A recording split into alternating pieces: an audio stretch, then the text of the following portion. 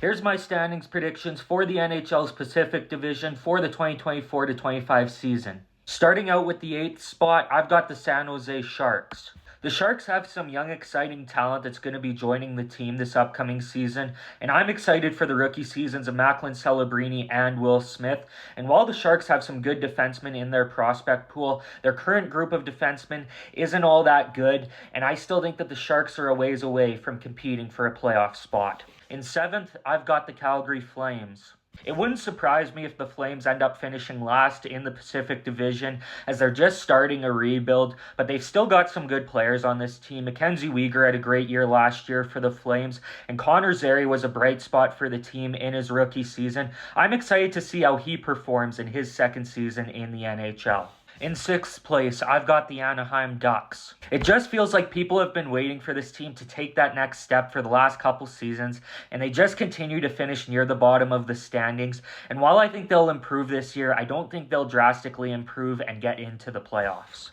At the 5th spot, and missing the playoffs, I have the LA Kings. With the exception of this awesome new logo and their awesome new jerseys, I'm sorry, Kings fans, but I'm bored of the LA Kings. And listen, some boring teams are good teams, but the LA Kings aren't really a good team. They didn't improve this offseason, but who knows, maybe they'll make the playoffs and lose in the first round again. At the 4th spot, and making it to the playoffs as the second wild card in the Western Conference, I've got the Seattle Kraken. Now, this offseason, the Kraken gave too much money to Chandler Stevenson, and they gave too much term to Brandon Montour, but I don't think those contracts will age horribly yet. I think they'll be good additions for the team for this upcoming season, and I think Matty Beniers will bounce back after a tough sophomore campaign, and I think Shane Wright's going to have a big breakout year for the Kraken. At the 3rd spot, I've got the Vegas Golden Knights. Now, the Golden Knights without a doubt got worse this offseason. Their forward depth is pretty weak now, but their defense is still one of the best in the NHL. And if you followed the Armed Triathletes for a while now, then you probably know that I'm a big Aiden Hill guy, so I'm confident in their goaltending. And I think Alexander Holtz will have a good year for Vegas if he's playing on that top line with Eichel and Barbashev.